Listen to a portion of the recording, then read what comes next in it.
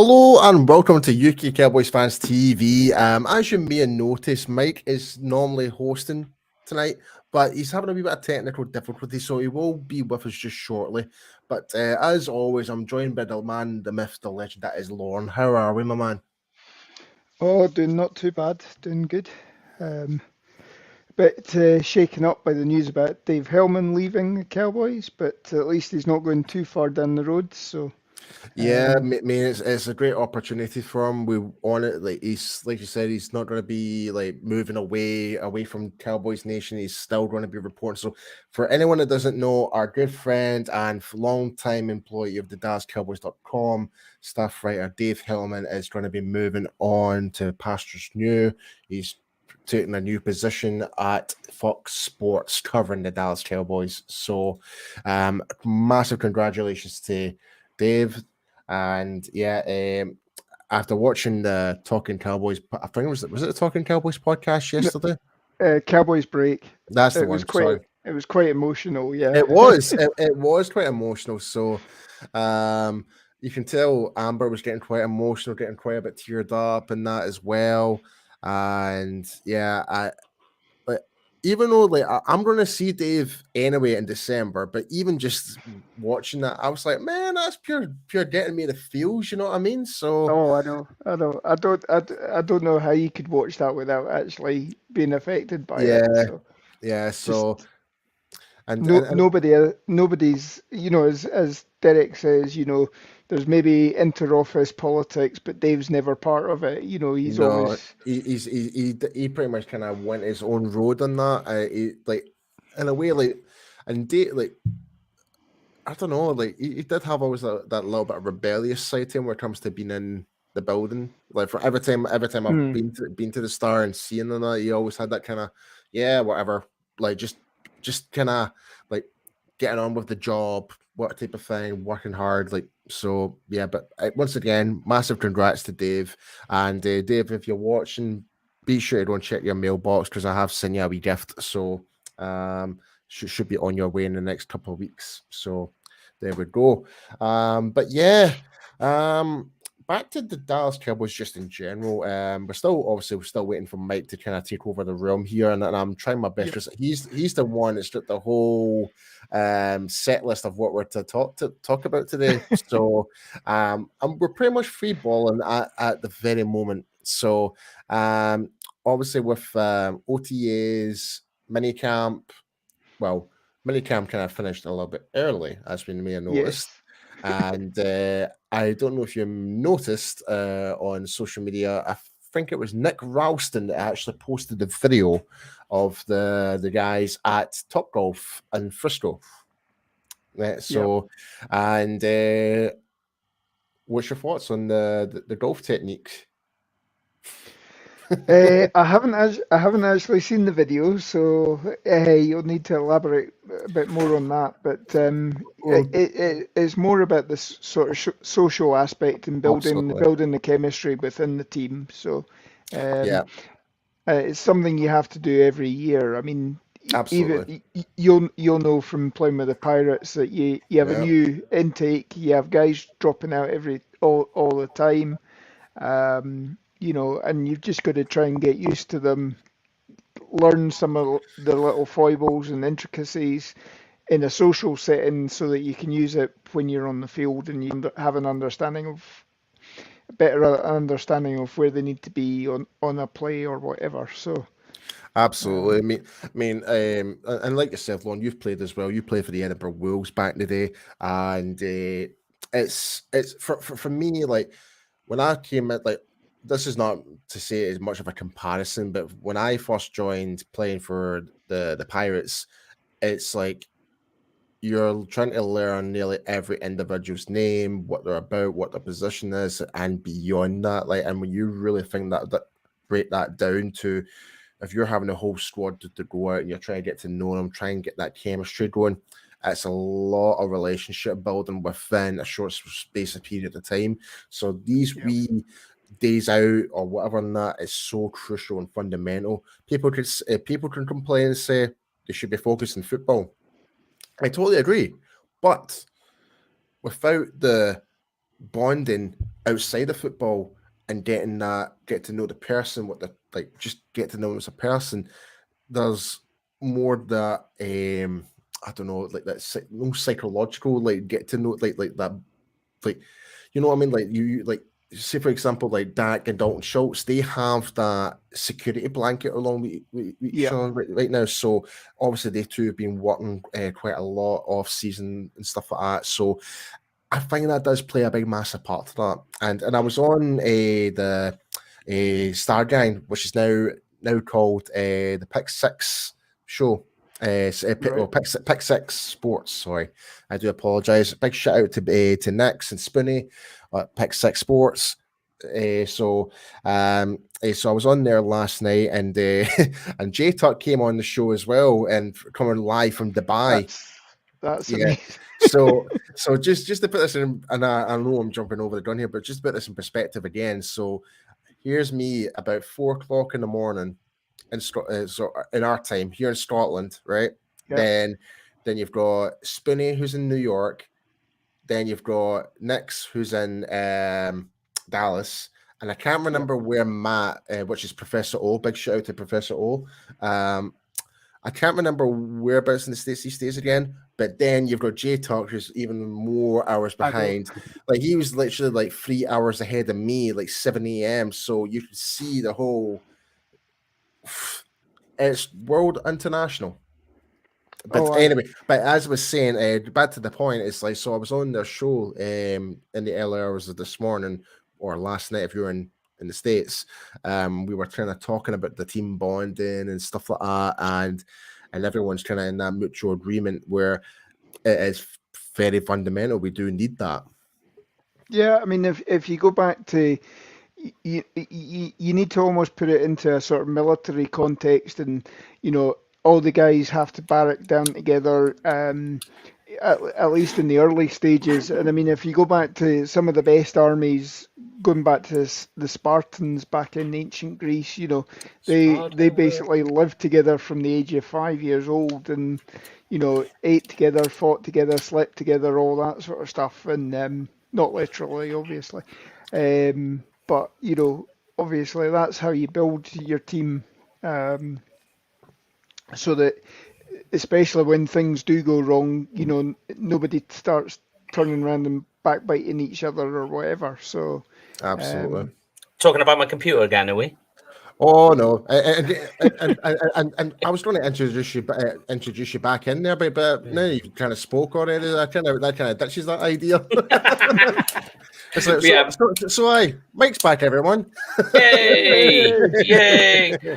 Damn stupid Windows updates. I just decided literally as we pressed live, it was like, and I'm doing an update. So I just literally spent the last 5 minutes trying to kill it. Like, no, you can stop doing that. Right. Well, so just to give you a quick recap, we kind of talked about Dave Hellman. Yep. And we just kind of briefly talked about the golf day at Top Golf in Frisco for the guys after minicamp there. So that's what we've just briefly talked about. Yeah, right. Well, just to let you know, while we've been away, we did have Big Game James coming on. Left work early to come and join us. And their town, in the midst of a heat wave, has no power. They've had a power cut. Oh, he's he's just got in, and he's like, I can't cook food, I can't grab a drink, and I haven't. So I will try and speak to him and try and get him on for next week when we talk about the pass rushers. Big shout out to Big Game James as well. Always bring it. I'll just message him very quickly and say we'll shout you out. But yeah, guys, be sure to get your comments in. Like, tell us what you think. So get the comments in. Let us know what your thoughts are right now at the state of the team. How are you feeling going into pretty much going into camp? All that type of stuff. You want to hear? Yes. So, all right. So, should we hit the news and updates? Let's go. I'll give you some news because I got some good questions to ask you guys. All right, sweet. All right, let's hit it.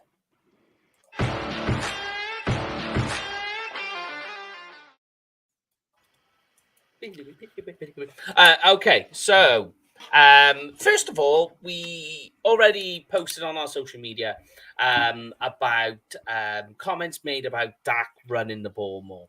Mike McCarthy's come out and said, look, yeah, part of the offense install we've done during OTAs and the 1 day of minicamp, which we'll get to in a minute about the 1 day, is they want to use his mobility more. He's a big guy, so why not use it? He is good on his feet.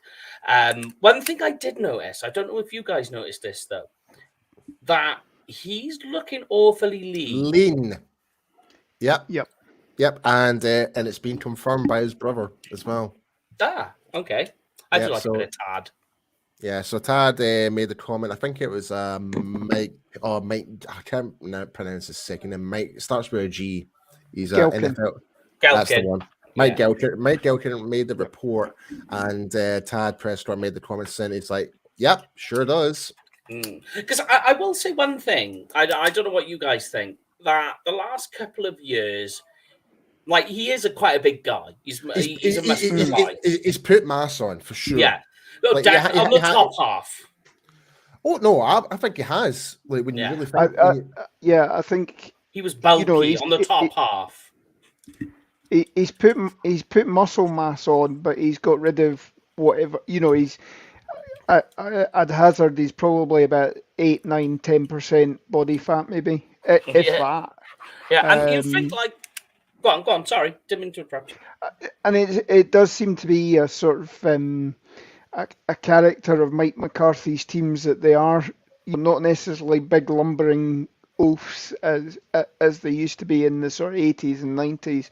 Mm-hmm. This is a sort of McCarthy trait, is that the team is small, speedy, get around the ball and all that. And you saw that last year with Tyron Smith being a 300-pound man with a six-pack. Lyle Collins was the same. Just about everybody, I think, was actually sort of getting trimmed down last year. I haven't seen too much about it this year, but yeah, Dak certainly looks a lot skinnier this year.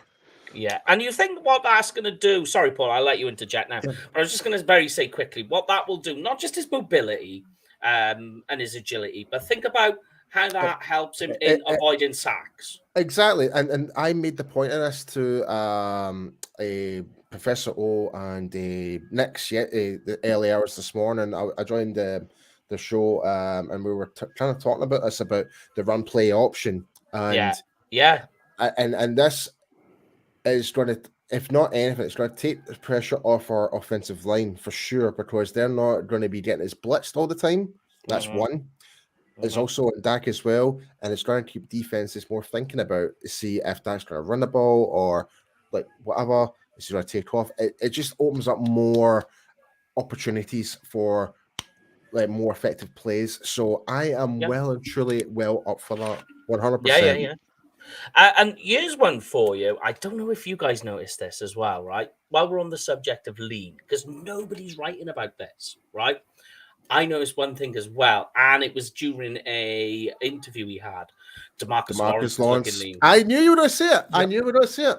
Nobody's talking about it. He looks skinny, but he's keeping himself very quiet as well. He's not like like in all fairness, like during the whole Hot Boys era, like D-Law was all about the social media and stuff like that. Mm-hmm. He's taking a completely different demeanor going into this season. He's looking slight. Like I'm happy. Like, and here's the good thing as well. We were trying to talk about, everyone seems to be really healthy right now. Like in terms of Dak, in terms of Zeke, in terms of D-Law. So it's promising, very promising. And I'm still going to hold this whole narrative that, like, I'm not gonna dedicate myself to say, okay, I think we're going to do this and I think we're going to do that. I'm not going to say that. I'm going to wait till week 1, then start making my assessments going forward after that again.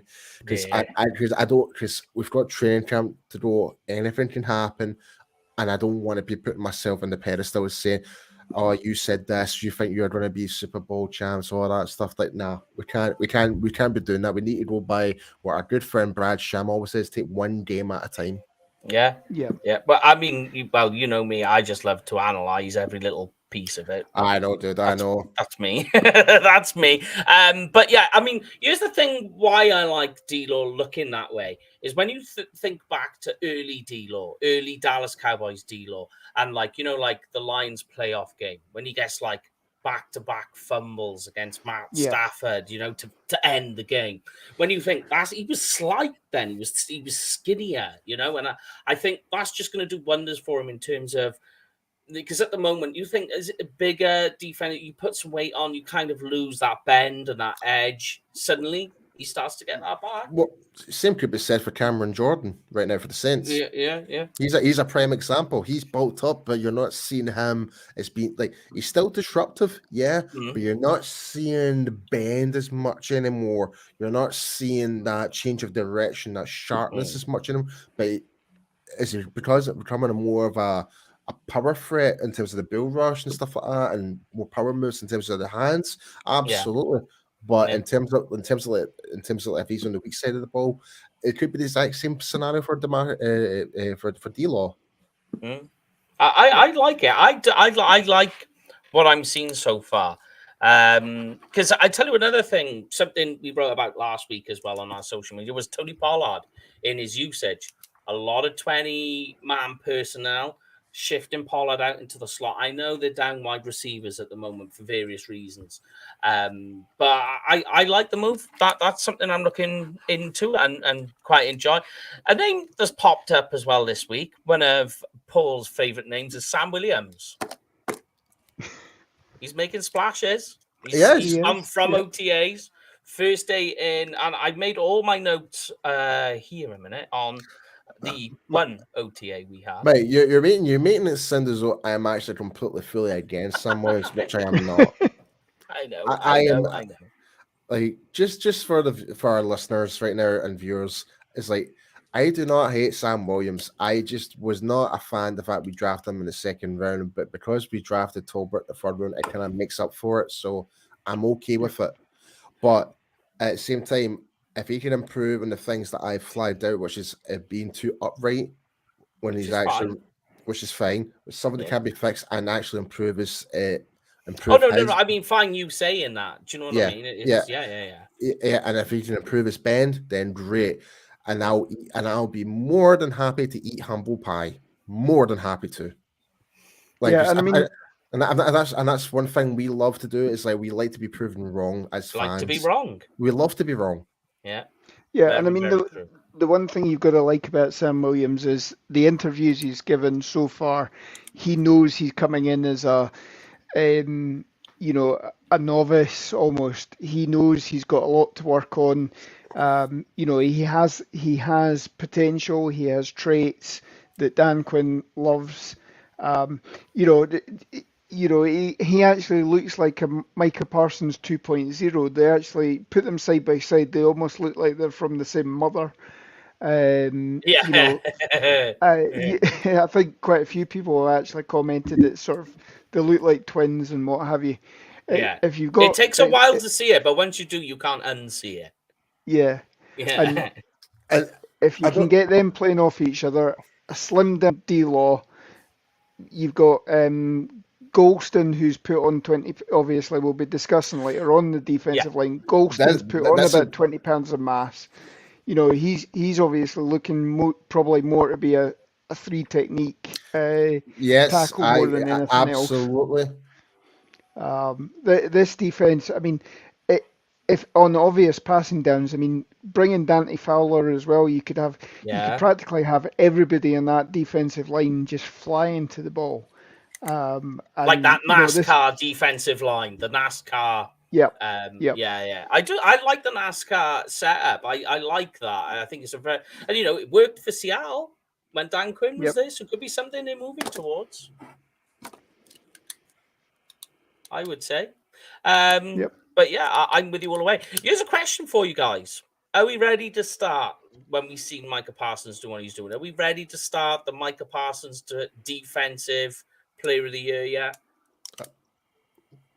Oh, yeah. Yeah, we'll start that then. Okay, I'll make a start on that this weekend. Some other news, some random ones. Jerry Jones took shots at the mayor of Dallas for the idea of a second team in Dallas, made his comments, made them very public. There only is one team, and there'll only be one team only.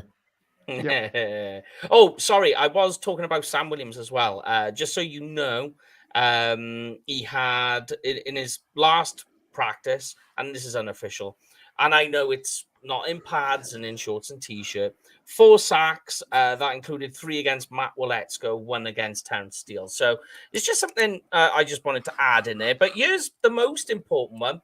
Dalton Schultz was back this week, came back to mandatory mini camp. So the holdout is finished. There is conversations. Funnily enough, I was speaking to Dave Hellman, not yesterday, day before. Well, I was speaking to him yesterday as well. But speaking to him about the whole Dalton Schultz situation, they are in talks, and it does sound like they lead into it. But what I thought I was going to do is ask you guys, would you be willing at this stage to give him a long-term contract, like a 3 or a 4-year contract? Yeah. If it meant pay him more than the franchise tag. Yeah. Cost. When you really when you think about it right now, how the market is going right now, it's only going to go up. It's only going to go up. Okay. It's only going to go up, right? And the way if his progression and his skills are always increasing every single year, and bear in mind he's only really played a year and a half solid for the Cowboys. Really, he's been back up to Jarwin. He's been back up his first string since we drafted him. So he's really played a year and a half. But within that year and a half, he's actually had more production than David Njoku's ever had, pretty much. Yeah.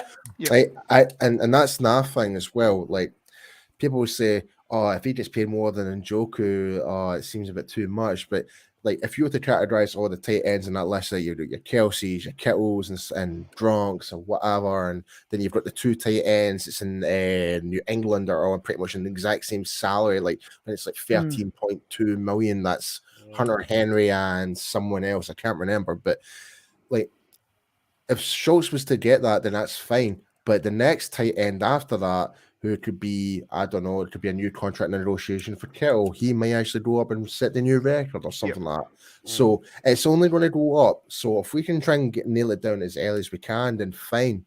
Like, but I mean, obviously there were 3 tight ends that were at franchise tag this year, and Njoku signed a long-term deal. Gesicki for Miami is the next one, and realistically, you want it in there before that. Now, do you want to pay him more than the asking price? Perhaps. I mean, the worst thing you want is next year again.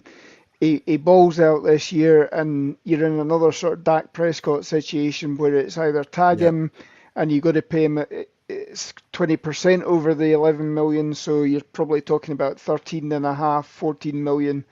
And you're then sort of thinking, oh my God, people will be spewing about the fact that you're paying 13 million for a 1-year deal or anything like that. If you can get him under contract, the Njoku contract that he has, you can move on from him after 2 years. So it's not a case of being a progress stopper for Jake Ferguson if Jake Ferguson balls out. Don't forget, Jarwin got he got a good decent contract himself, and look what happened with that. Yep. But I was going to add one more point, Mike. Sorry, but so, Spoonie made this point last night or this morning. It's more to do with who else do we have? We've obviously got Lamb, right? We've got Schultz, who is pretty much the safety blanket of the team, but.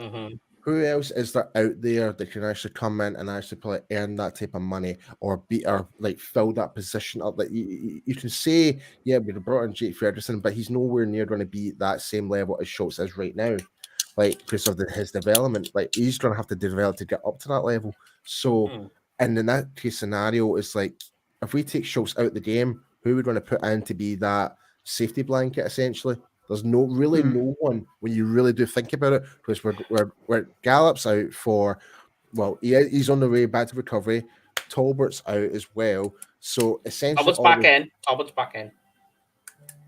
Is he not? Yeah, and it's James Washington. That's James Washington is not. Yeah. But Talbot's in and catching touchdowns. Oh, right, okay. Yeah. And working on punt returns as well, so he'll probably take over from CD Lamb for punt returns. Okay, I must have misread something. My apologies, but you get the idea though. Like it's just limitations on the offense. It's limitations in our squad. More than anything, it's like that's why we're going to have to pay Schultz the more money because we know he's going to contribute. Yeah. To the team. Now, the only issue you've got, right, is once I run through this list, tell me, because these are contracts that are coming up, if Schultz is more important than them. Tony Pollard. Because that's 14 million. That's 14 million you'll take away that you can't pay him. It doesn't matter. But like, so you're saying Schultz is more important than? No, is he? Is he? Yes, I would say so. Okay, is he more important than Trayvon Diggs? Right now, yes. He's more important than Trayvon Diggs. Right now, okay. I would say like he's our tight end number 1 right now. All right, okay. Like he's pretty much playing wide receiver number 2 essentially right now. What about CD Lamb? No, because if you sign him to a long-term deal, that's money you're taking away from those 3 players that are coming up for contracts, as well as throw in other players like Tyler Biadasz. I mean, depending on what they want to do with him. You say that, Mike, but if we're going to start doing what the Rams are probably doing, who gives a crap? No. I'm just saying that it's easy for everyone to just go like, what have we got? We haven't got anyone, so we need to pay Schultz. But it's like, yeah, but you got to think of the stepping stones that Yaku creates for the rest of the squad. And you can't pay these players that money if you're paying him, because you've only got so much money you can play with, because Dak's contract is going to chew up whatever safety blanket you've got, because they've restructured his contract. It makes it cheap now, but more expensive later. And that's at a time when you want to play Schultz, Diggs, Lamb, there's a whole string of players. What do you want to do with Malik Hooker? Donovan Wilson? These are all players that are going to be asking for their money. I mean, looking back the Njoku contract, I mean, Njoku's only a $3 million cap hit this year, $8 million next year, and then all the guarantees are gone, and you can actually move on and save $5 million in 2024. Sorry. And you're hoping the cap is going to go up enough to cushion the blow. Yeah. So get him signed to the deal now, rather than next year you're sitting there and when you're going, he could be more expensive. And you've got another 20 players who are potentially walking out the building, and you're wanting to sign 15 of them or something like that. Yeah, because a lot of people are not actually like you said there, more like not enough people are actually kind of looking into the further details of Njoku's contract. It's actually not that bad in terms of what it does to the cap. Essentially, they are locked into him. They are locked in. They can't move on from him. That is one big thing. But what I would do, because I can counteract my own argument with Schultz, is if you were going to do it, you've got 23 million in extra cap now. So why not, like you say, if you are going to do it now, overload it at the front end. So come when it gets to Trayvon Diggs, not next season. Well, it will be the end of next season. The talks will be on. But at least that the season after, the cap isn't that bad because you front loaded it with the extra cap you had, with next year's cap. So then it's kind of like you've used that to take it out for the rest of the year. But yeah, the other thing I wanted to talk to you guys about that stood out to me, and then I'll quickly talk about OTAs and mini camp, which is something that sprung up. Talking about the battle for RB3. Now, for me, this is the thing to look for in camp. You got Rico Dowdle, Jacqueline Hardy, and then the new guy, Malik Davis. I know there's a couple of other guys in there, but not too concerned about. For you guys, at this stage, without going too much into depth, what are you guys hoping for? Not the player, but what would you hope for out of a running back number 3? Special teams goes without saying. Oh yeah, Yep. I think it has to be a perfect mixture between what Pollard does and between what Seat does. Okay. Like, and I'm not trying to like I know you're saying like don't try and pick the player, but there is one player that does kind of stand out in my mind, and then that's Jacqueline Hardy. Yeah. And that's why I was asking that question first, because you're going to say, I want a nice blend. Somebody who can come in on third down, if needs be. You know, he's a nice spell. If one of the two guys gets injured or Pollard's been burnt out because they've used him across the field so much, Hardy's going to come in, and he can make those moves. I'm telling you, RB3 this year, pay close attention. But here we go. I've got some notes on mini camp. Now, there has only been 1 day of the 3-day mini camps. That is in terms of full team practices. Now, Mike McCarthy has made a comment earlier about why they turned a 3-day mini camp only into one. And he quoted as saying, I just felt like we crossed the finish line, particularly with the veterans. Today's focus was spending time with the rookies. The rookies then, that's the end of his quote, but the rookies then spent individual time with their positional coordinators and coaches. That was today. Yesterday was a bonding day. They actually went to Topgolf and all. Me and Lauren kind of spoke about that. Yeah. Now, the only thing I will say from minicamp, I made notes on day one. 90 of all the 90 players on the roster. The only guys, so you had Jabril Cox, Damone Clark, both on the sideline doing rehab injury work. Yep. And the only guys not participating, CD Lamb, J-Ron Curse, James Washington, Michael Gallup. That was it. So I mean, for various reasons, trying to find out. We know about James Washington.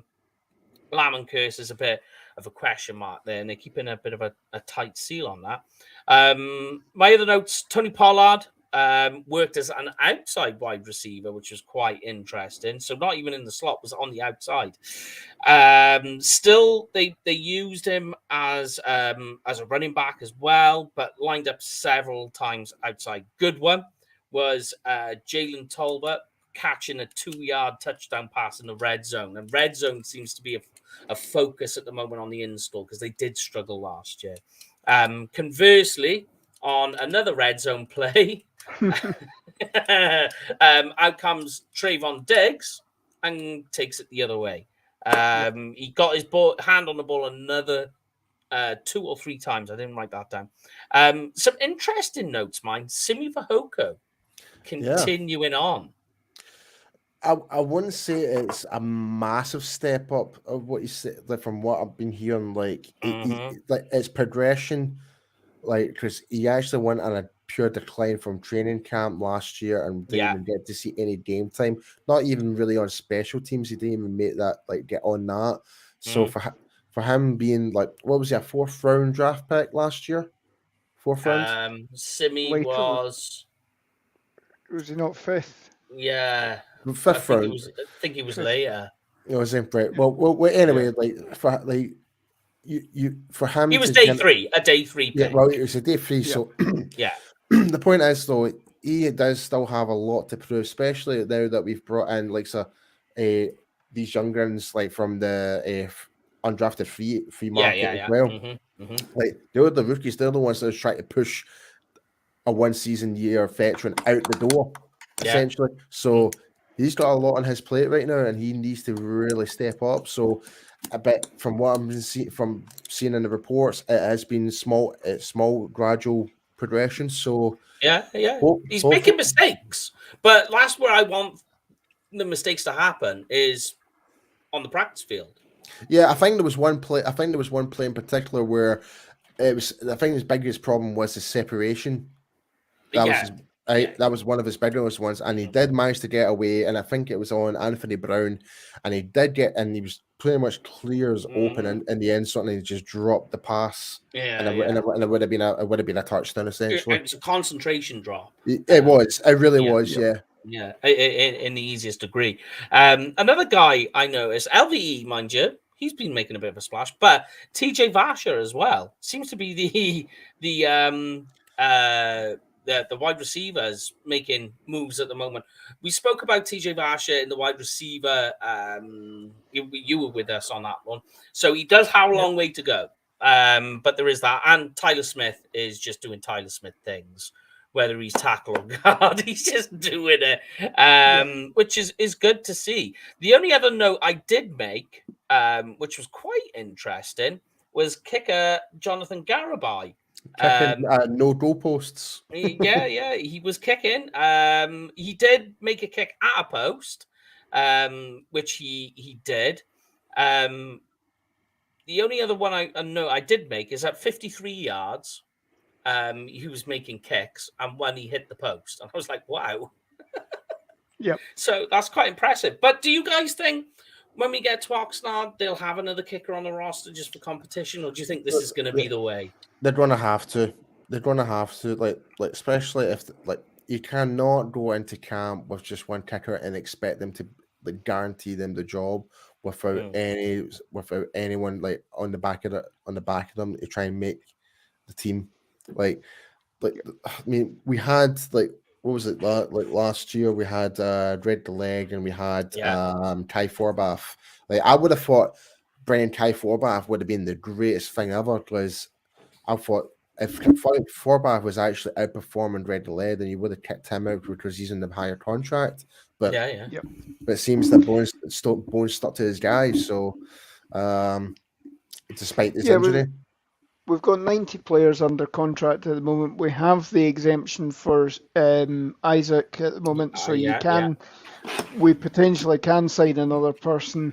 We got rid of Nagar because of at that point in time they were needing to create a space for somebody, but obviously they then got rid of Kyle Van Zandt, the safety undrafted free agent that they brought in.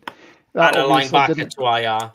Yeah, and pan out as well. Yeah, you've got Devontae Bond.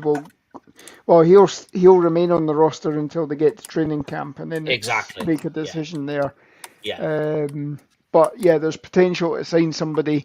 It's just a case of I'd imagine this next month they'll try and maybe even have some sort of kicking carousel and bring people in and.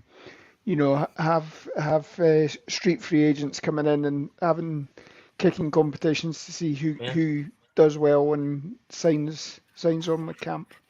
And one last guy before we move on to the defensive tackles and get talking here.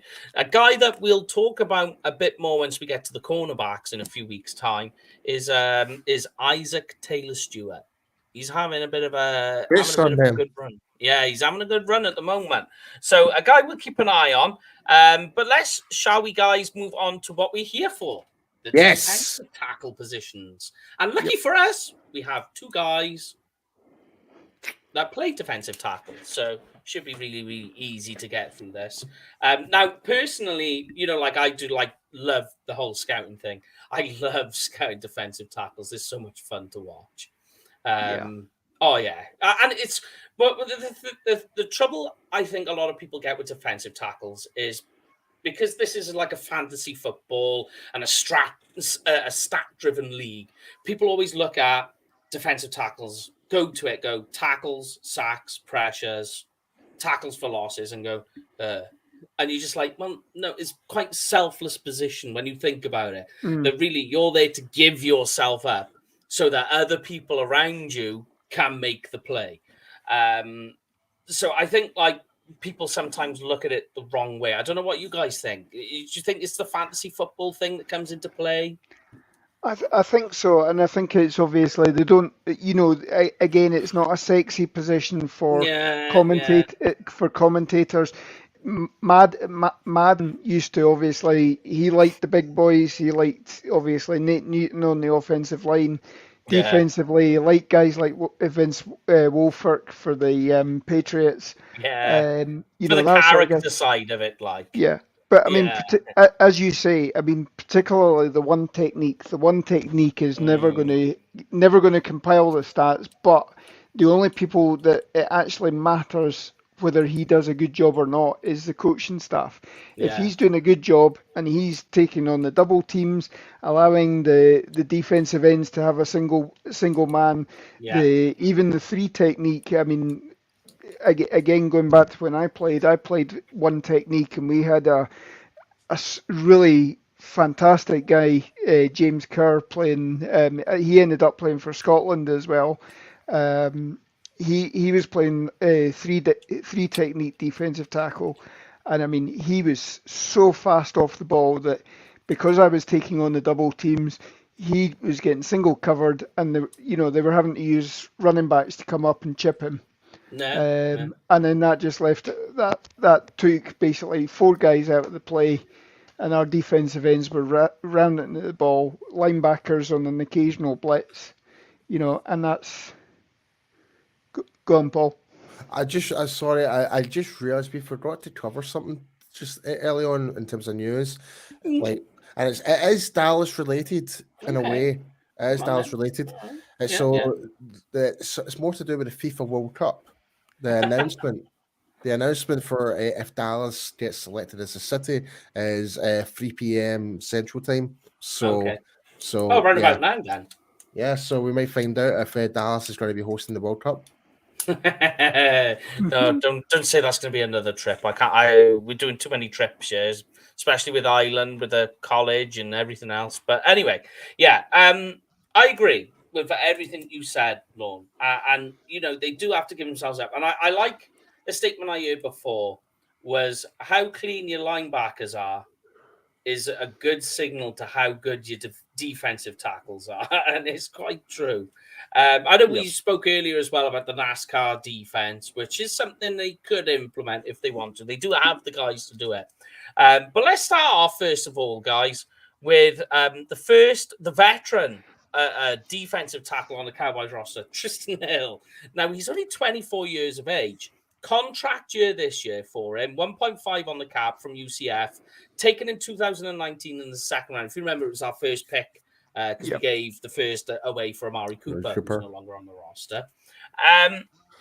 Really, I mean, since then, he hasn't really done much. He would look like he was starting to come along last year. We were starting to see some things.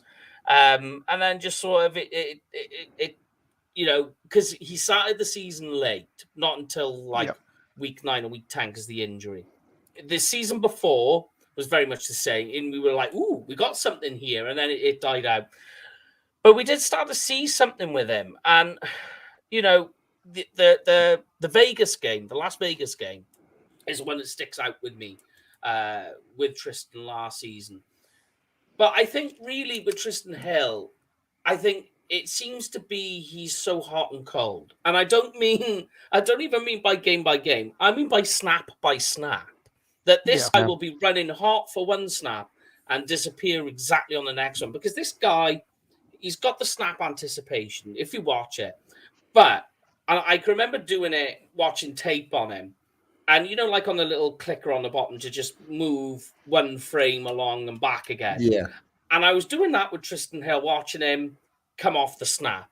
And it's not just his snap anticipation. That burst is incredible. Like, I was only clicking one forward and one back, and this guy was just a blur on the screen. And he was underneath the offensive lineman, and he was into the backfield.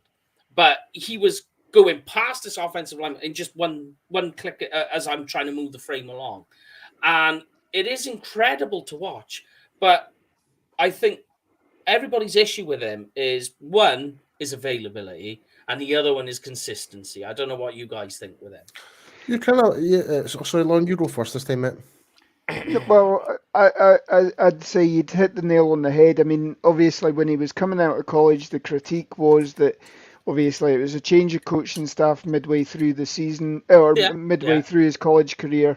They had different standards, and he didn't always live up to those standards. So he was actually ended up getting benched as a starter, or ended up being a bit player. He obviously. Rod Marinelli was raving about him when they drafted him, but obviously somehow he ended up in Rod's doghouse that year. In comes Mike Nolan. You're stuck behind the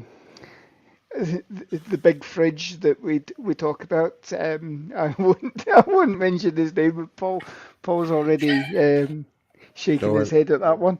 We'll just say DP. No. Yep. Okay. As soon as he was let loose, you saw him coming on.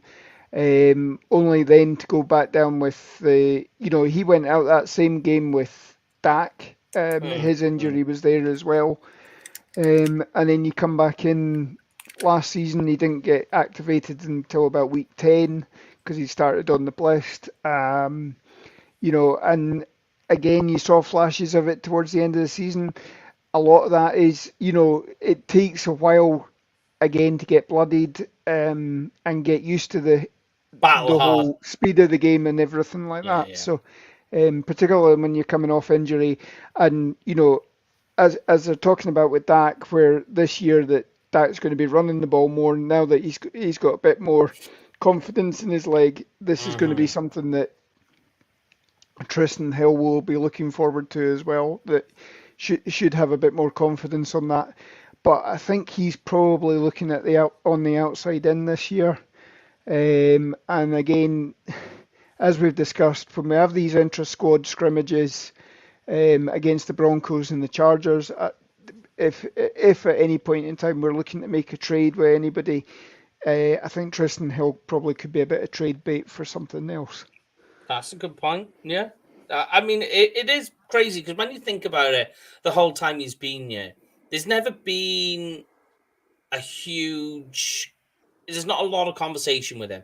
Like, there's been stuff like, oh, he's not around, and oh yeah, he's injured again, and oh, he's given a weird interview, press conference again, where he was not talking a lot, and you're just like, but that's really all it's ever been. I think, I'm pretty certain, I don't know what you guys think, that unless he becomes like this crazy, all of a sudden superstar, that this is it for him, that it's the contract year, and they're ready to move on. I don't know what you guys think.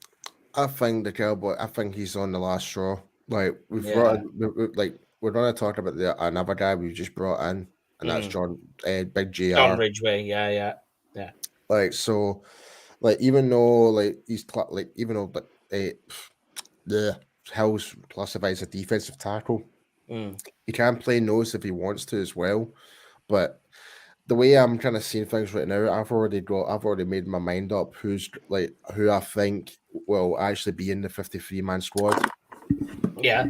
Well, I mean that is the start of season 4 is us predicting season 3, because obviously we've only got 4 more episodes of season 3 left to go. But yeah, we'll go that, and I'll probably join you on that, Paul, on that one, and be like, yeah, he might not even make the cut. But let's talk about the next guy, which I got both a good and a negative comment for it. It's Neville Gallagher. And I'm sure if you remember a couple of years ago, we had Paul spinning in his chair, giggling quite a lot when Neville Gallagher got drafted.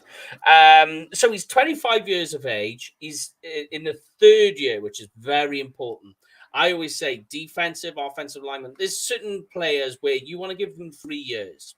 The 3rd year will tell you exactly what they are because they've had enough time to put the weight on, learn the game, get up to speed.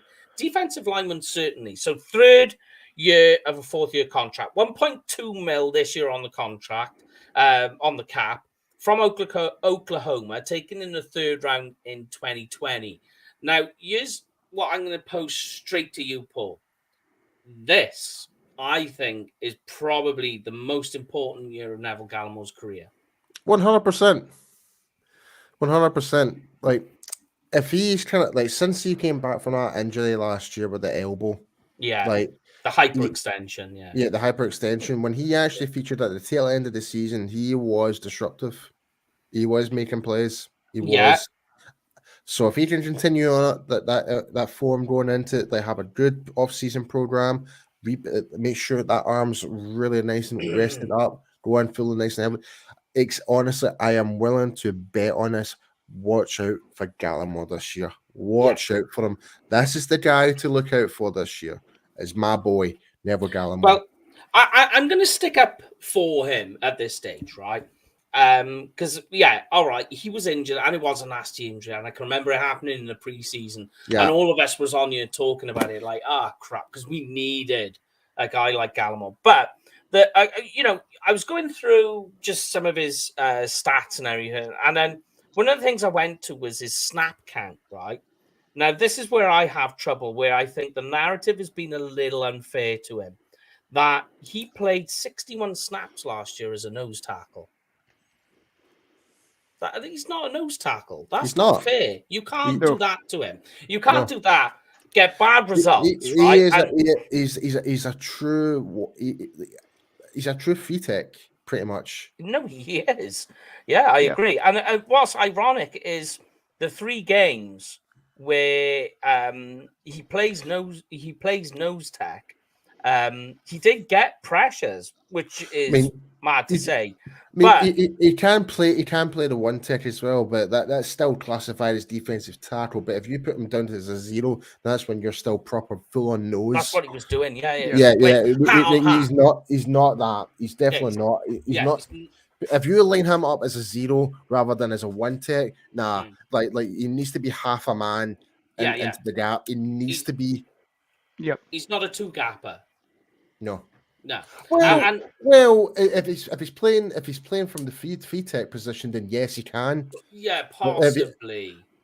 If you're moving back into the A gap, he can do that, and he's done that with Oklahoma. He has done that. Yeah, but and it's ironic that the games where he does play nose tackle were some of his worst games.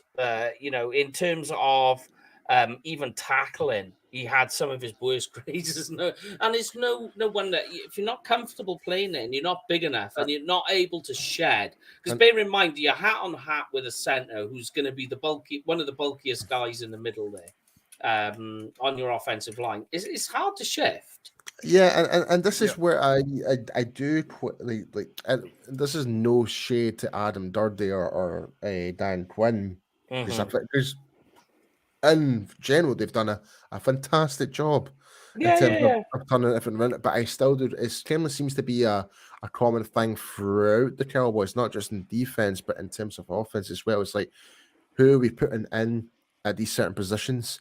It's like putting Connor Williams at center, but it's like we're putting Neville Gallagher as a proper nose tackle. It doesn't make sense. It doesn't really necessarily make sense when he's actually played most of his career as a one tech and a free tech. So, you know what I mean? Yeah. I think again, to be fair though, I mean, I think if you look at the roster that we had when Gallimore was activated again last season, Brent Urban, who was probably our one technique last year, he was. He'd already been consigned to injured reserve. You could say that Carlos Watkins was probably more of a 1, but they were playing him as a 3 as well. Down. They were playing him up and down. Yeah, they were just trying to get whatever pressure they could, and I mean, Gallimore did a fairly good job last year. Obviously it was his worst games in terms of statistically, but you didn't have Bohanna wasn't ready last year. No. Potentially he could be ready this year, and obviously we'll get on to talking about him. And we've put further draft capital in bringing Big JR in as well. Into the middle, Big JR. They are obviously looking at Gallimore being a 3 technique. Take the pressure off him, have some clog it up. Then you can go to the NASCAR defense as we're saying for third down. If you really wanted to, If you wanted to, yeah. So clog it up on the rundowns with the big guys. You've got Gallimore who can then freelance at the 3 technique and make the most of it. Make the most of his speed as well and get into the backfield. Because it's ironic. They tried playing him at nose tackle against Philly. Doesn't pay off. He goes back then in the playoffs, back to playing 3 tech. And they hold on. If I just go and check, I'll recheck. That he literally doesn't play in. He doesn't play into the A gap virtually at all. or on the outside and has a really good game. So they played him limitedly, which is understandable by the way the game was going. So he takes 21. He takes 30 snaps, and in that 30 snaps, 3 tackles and 1 hurry. So it's not bad, for a defensive tackle playing that role. And he gets 4 stops, so he gets onto the running back 4 times. Perfectly ideal. You're saying there you go. That is, and going back to my first comment, is you have to be careful when looking at stats with defensive tackles, because it's what they don't do on the stat sheet that is far more important than what they have. Absolutely. I completely agree, because they're the ones that are actually trying to open up the gaps for the linebackers. Yeah, they're the they're ones slowing things down. Yep. If a nose tackle or a defensive tackle is getting 2 guys blocking on them, then they're doing their job properly. Exactly. Yeah. And talking about facts. Yeah, just talking straight text. But let's talk about the next guy as well, then, who has been a little bit of I wouldn't say diamond in a rough. So we'll say a rusty. No, that's the wrong word. No, that's the wrong word too. A shiny pebble in the mud. Right. There we go. We'll go with that. It's Carlos Watkins, 28 years of age. He's been signed to another 1-year deal. He was signed to a 1-year deal with the Cowboys last year. Signed again this year. He's from Houston. They took him in the 4th round from Clemson in 2017. So it's quite an interesting player, Carlos Watkins, because he was very serviceable. Yeah, on a defense where we were having a lot of trouble, he was like a constant. Yeah, it didn't matter if you put him as the 3 or put him as the 1. He was still. And they literally did. He was in offensive linemen's faces nearly every single play, and it got up to the point where they was actually making Micah Parsons. It's like, oh, thank you very much. I will go through that A gap. Thank you very much. Yeah. So. And he showed good agility as well when he had his interception against the Saints as well, and rumbled back 9 yards as well. I mean, I was there. And that was good awareness to do that as well. That's the thing, because you think of that short space in what's going to happen in that short amount of time to be able to pull that off. But to reiterate your point, Paul, because ironically, I looked at Carlos Watkins' snaps in terms of where he was positioned after I did Neville Gallagher. So I was like, well, because he was moved around a lot. He literally was. 90 snaps as a nose tackle. As a 3-tech was the majority, so 336 snaps. Out as a 5-tech, 30 snaps. Out as a pass rusher out over the tackle, 13 snaps over the season. I don't remember him doing that, but he did. Yeah, I mean, obviously coming from the Houston system, he was a backup. He was a backup in that 3-4 system. So, I mean, that 3-4 system, you play the defensive ends at 5 techniques, and you have that nose tackle or play him slightly off as a 1 technique. Again, you need to be quite capable of adapting to each position, and he certainly showed that. And I think he brought a bit of veteran presence as well.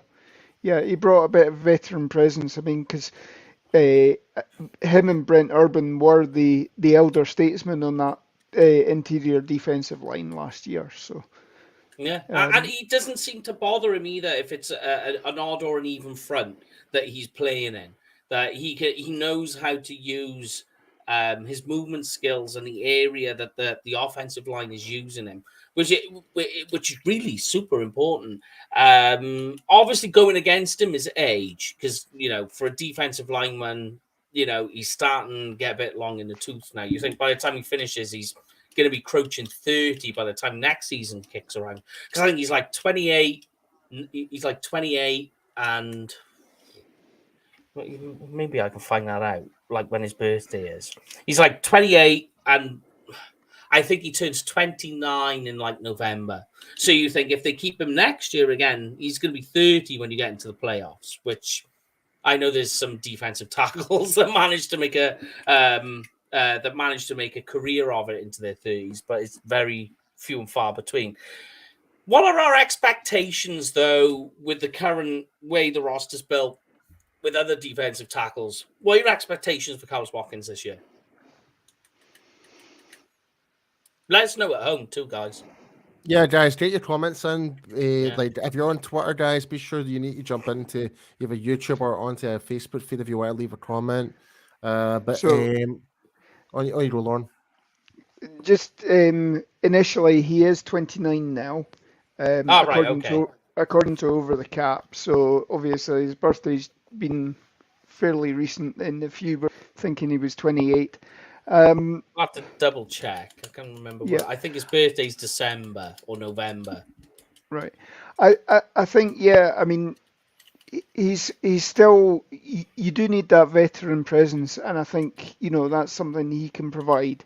Mm-hmm. He's, at the moment, he's still, because he was only a sort of fill-in player throughout his career, he's probably still got tread on the tires. You can, so his abilities aren't on the downward slide at the moment. I think there's a good chance you keep him on as well. I mean, I think potentially you're looking at maybe keeping 4 or 5 defensive tackles this year. So I could see him being one of the 5.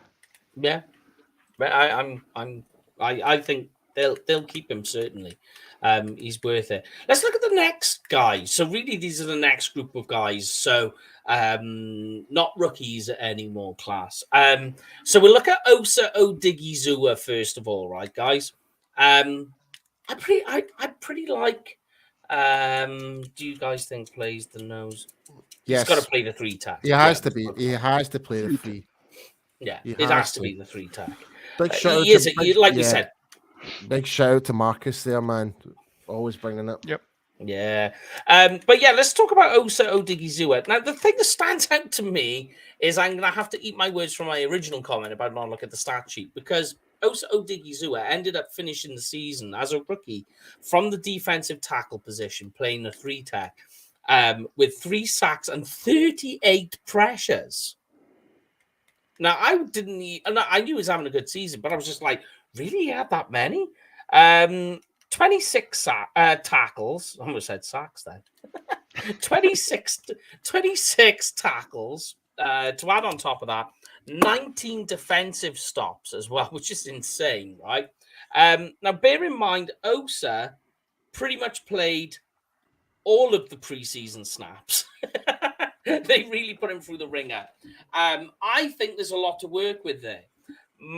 But a lot of people will say this about his complaint, is that that you could see throughout the season, and I think he hit the rookie wall, and playing all those snaps in preseason to get him up to speed had an effect on him.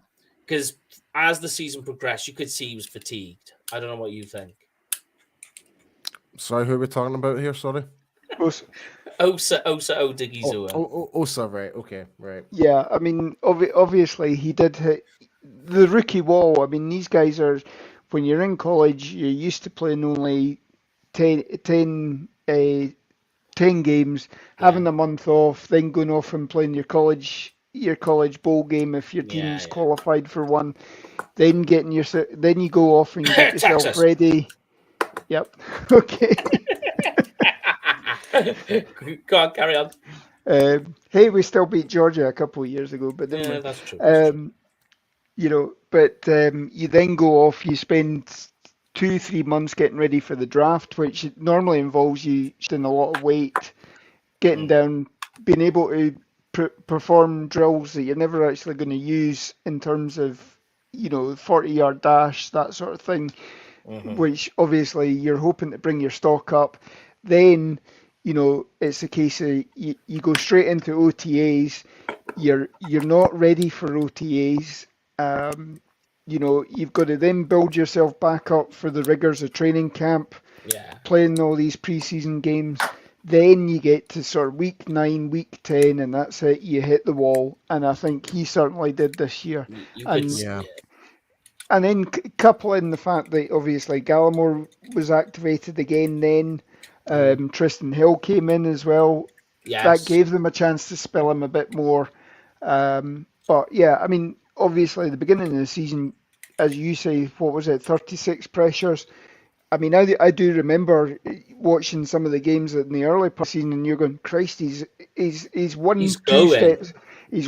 steps away from getting a sack. And it was forcing guys like Sam Darnold to, in that Carolina game, to throw the ball early, double clutch the ball, whatever, and make the errors. You know, and that was looking good. If he can, as long as he doesn't have a sophomore slump this year, then you know, which I think the one thing that you're seeing from the defense this year, especially in the OTAs and the mini camps, there, nobody is talking about the success that they had last year. It is a very much it's going blue collar. It's coming in, lunch pail, sit down, have your lunch, get on with it, and just be workmanlike with everything. And I think these guys are focused on the task in hand. They want to have the success ultimately in the playoffs, but they know that it's take it each play at a time, each week at a time. And I think you're seeing that this year. Yeah, because everyone always used to talk about the Cowboys' offense, like how high-powered the Cowboys' offense is. I think that dynamic is slowly shifting towards the defense, with Osa being one of those guys in it. Because what I like about Osa is he's like this bowling ball. You know, when you watch him, he's just like that bowling ball that just crashes through. I really like that about him. And you know, a lot of people, his issues with him were because he played, I don't know, his older brother used to play for the Giants, and his negative was he was lazy. That, you know, as the game progressed, he would get lazy. Yeah, we do not want a lazy defensive tackle. We don't want another one. And I think that's what they were doing with him last year, which is why they gave him so many snaps, was to make him push through that mental barrier of being lazy. I'm not saying that he's anything like his brother, because he's not. But we'll be interested. No. I was just making a reference of the player I don't like to talk about. I know. The man who should never be named. But yeah, he was taken in the third round in 2021. So he's in the second year of a 4-year contract, 1.1 on the cap. So yeah, UCLA guy as well. So he just missed out on a very good coach there. But let's look at the next guy, Quentin Bohanna, nose tackle. 23 years of age from Kentucky, taken in the 6th round in 2021, same draft as Bohanna. So he's 870 this year on the cap.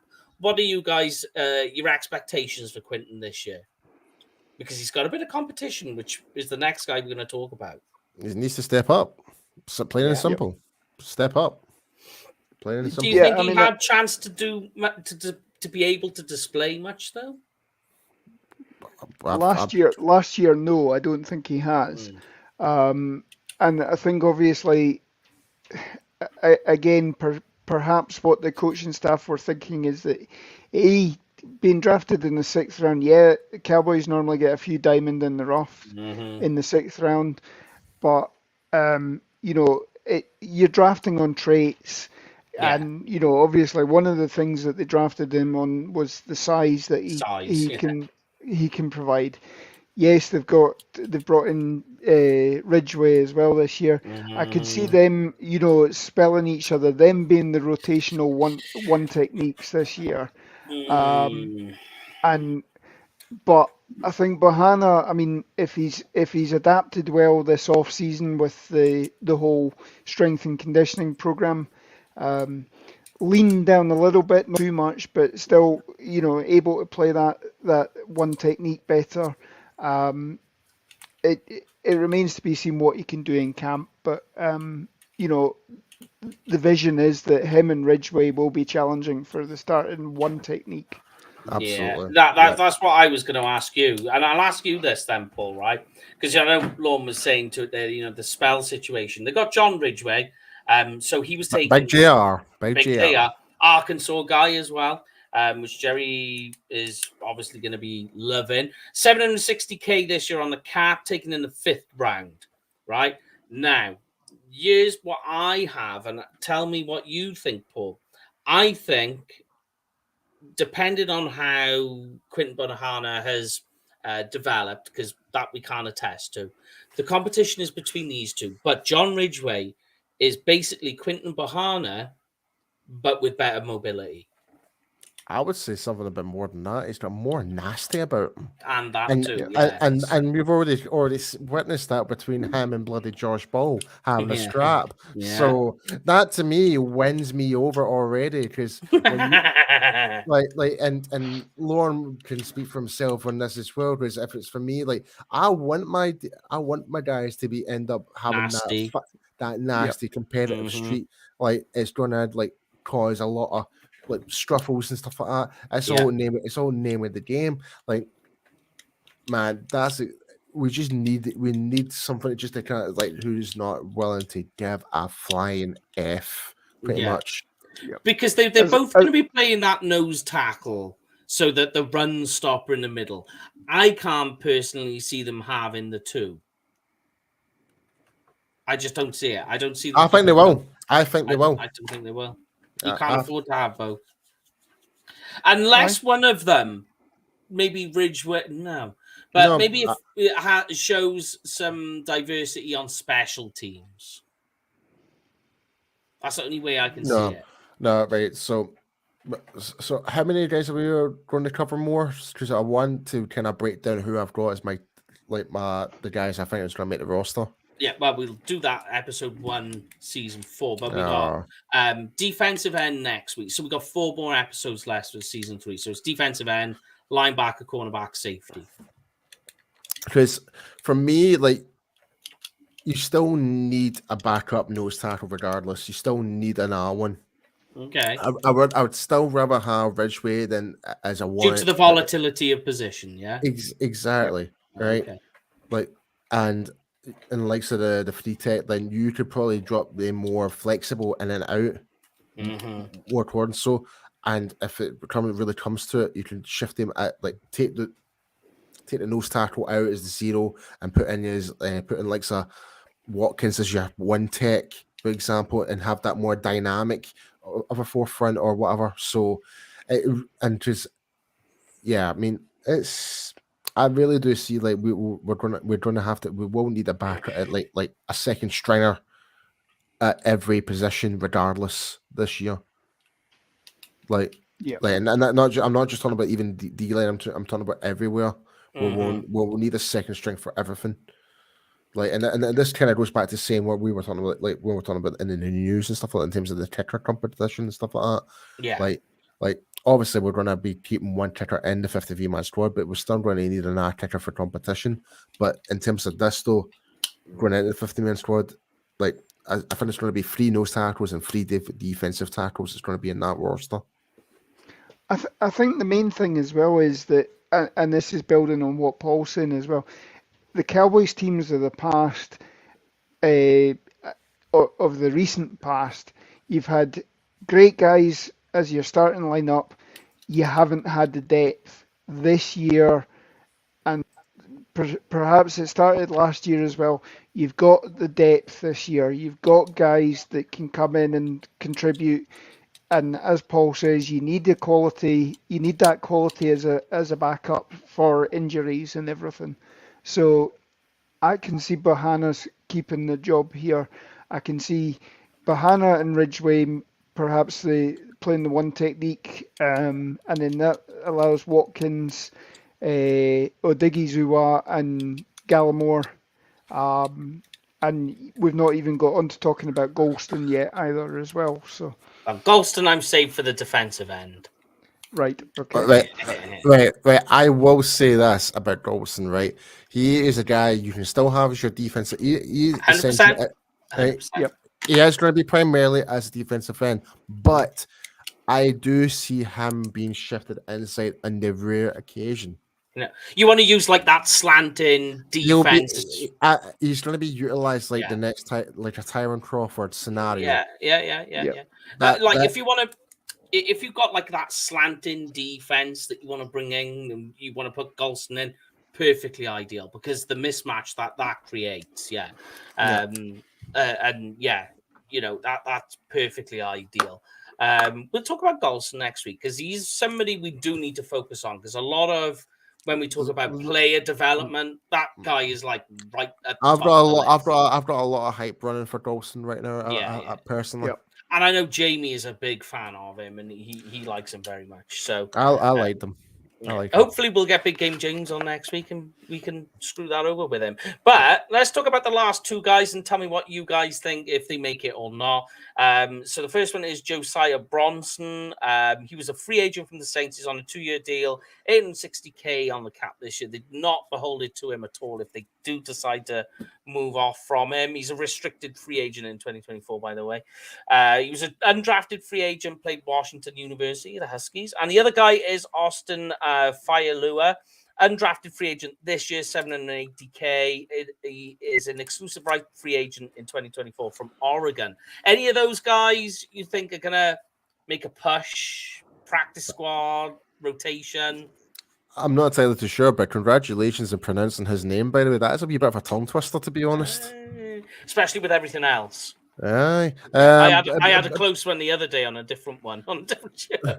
Yeah, but back to the question. That's very close. These guys they know the situation that they're in. Like, they know their best chances is pretty much try and get into the practice squad, I would say.